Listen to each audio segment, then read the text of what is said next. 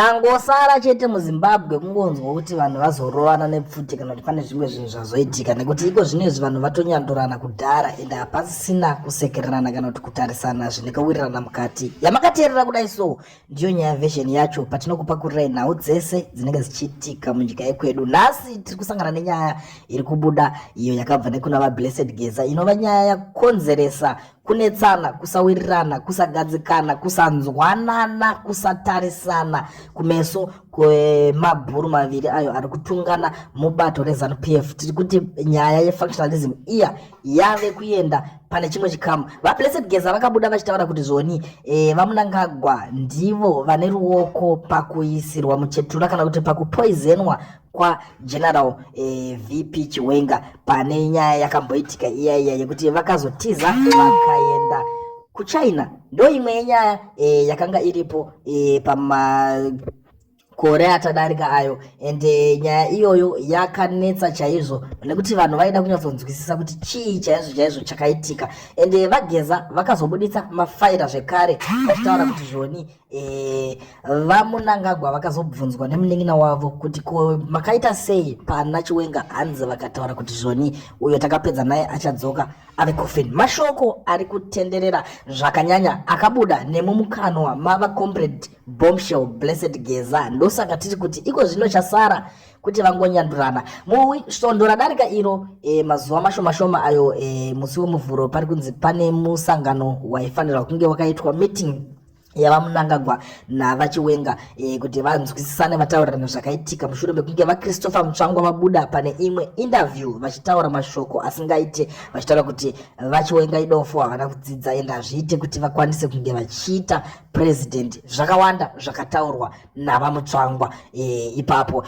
Vakataura kuti zvoni vaChiwenga havasi kuda zveCongress, vari kuda kungoerekana vapinda. Nyaya idzodzo dzese dzakavhundutsa ende dzakashoka maZimbabweans kusvika pekupedzisira. Ndosaka iko zvino kwave nekusagadzikana kwakawanda munyika. Ende tikatarisa avo vanomirira mapurisa vakapiwa yambiro dzavo, iko zvinezvi vave kungosheka vakungoapprova zvitsamba zvisinganzwisisike. Apa vatombobuda vachitaura kuti zvoni demonstration yemusi wa20 kureva kuti mangwana vangoerekana vajuma vanhu kuti demonstration iitwe. Asi vanhu vakazvitarisa demonstration ipi inoitwa pakati pewiki ipapo. Ndo zvimwe zvezvinhu zviri kuratidza kuti vanhu ava vapanika, vave kutadza kuziva kuti voita sei. Nekuti imwe nyaya iri kutenderera painternational community pari kunzi Zimbabwe haibvumidze vanhu kuti varatidzire kana kuti vaite mademonstration. Saka iko zvino kubvumidza kwavaita vave kuitira kuti vawane backup kubva kune dzimwe nyika dzinenge dzakakomberedza kuti vanzi aiwa ingava vanhu vanombobvumidzawo mamwe mademonstrations vani. Ende vaGeza vakataura kuti zvoni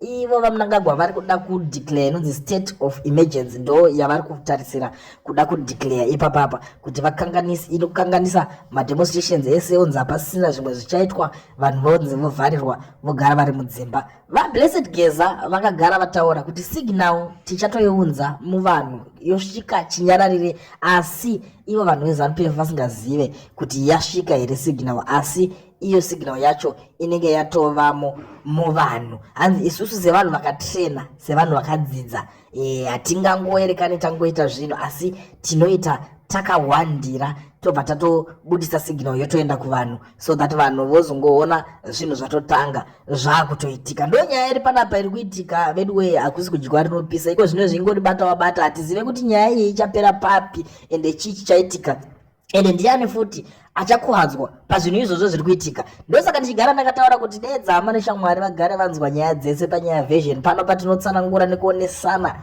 zvinhu zvese zvinenge zvichiitika. Ndisati ndabudeko zvinezvi pane audio maZimbabwean vari kupupa furo. Ndichasiya makateerera audio iyi munzwe vanhu vachipupa furo pazvinhu zviri kuitika muZimbabwe iko zvinezvi. Muzondiudzawo zvamuri kufunga kana muchinge mapedza kuona malaika video rineri kuitira kuti mukwanise kuramba muchiwana mamwe maupdates nenyaya dzese dziri kuitika munyika yeZimbabwe. Zimbabwe pano paplatform apa handizivi kudai pfungwa dzangu, handizivi kuti pfungwa dzangu ini nahangu pache zvangu ndinochemera kuti Zimbabwe ive neleadership inofarirwa, chero nebofu, chero nechirema.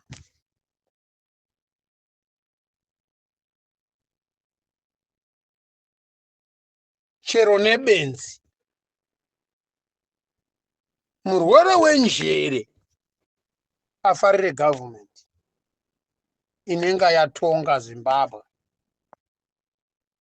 kubva pari zvino. Kwete zvatinazvo izvi. Ukoona nyika inotizwa nebofu, bofu chairo chairo munhu asingaoni kuti mberi kune bepa here kana kuti kune chinyi, anofamba nedhewe. Handisiyeki mapofu, ndiri kutaura zvinhu zviri kuitika.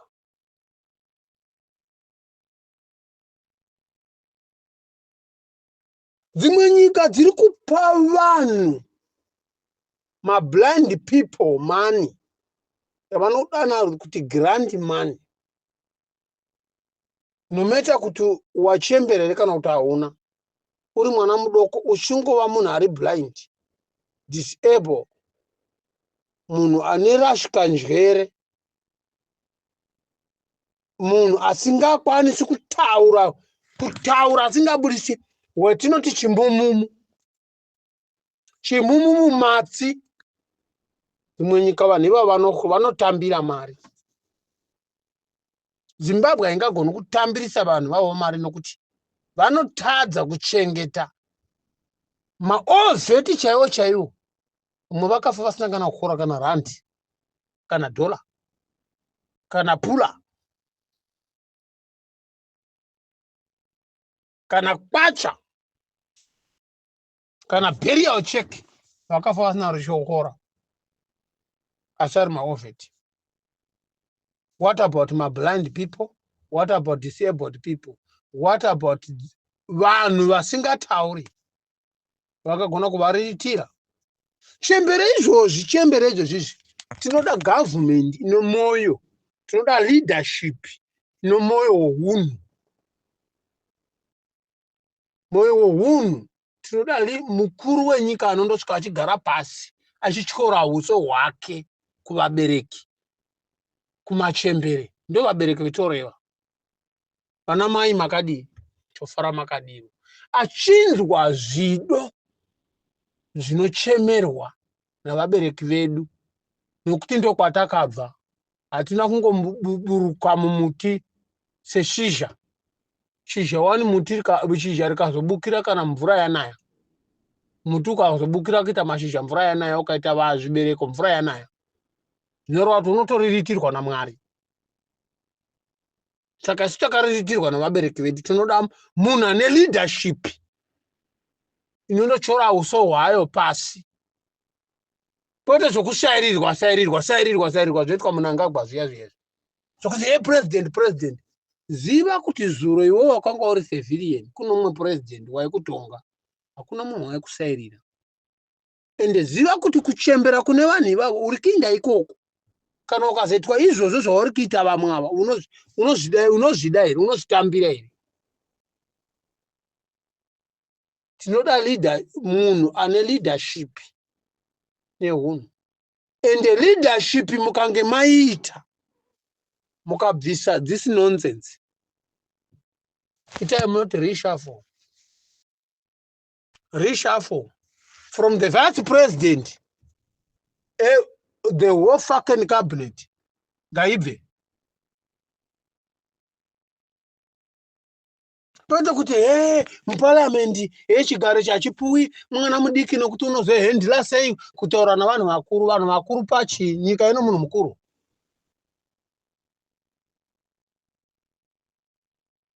Respect yaanenge achida pakuudzwa zvenyika kuti mawedzi anovaka zvinhu zvinovaka nyika chii, unoda kuhendliwa sei? Ndakambonzwa rimwe bofu richitaura saizvozvizvi romuZanu PF. Pakatodzingwa mwana mudiki nokuti kwanzi unozohendla sei vana aKristi Mutsvangwa. Vanongoudzwa reality, it's a reality, wrong it's wrong, true it's true. Ndo zvinoitwa vanhu. Ndo saka kuchinzi kune parliament, kuparliament kunoudzana chokwadi. Muhouse of Parliament muya omunoenda muchinoita zvitamba vanana kuyako. Vamwe vachindobvako ikoko vasina chavabata, vakavata madhara imini. parliament kunoudzana chokwadi, kune madhibheti, zvinhu zvichiiswa patebho zvisingaiti zvinoita zvichiitwa, kwete nonsense dzamuri kutiitireni.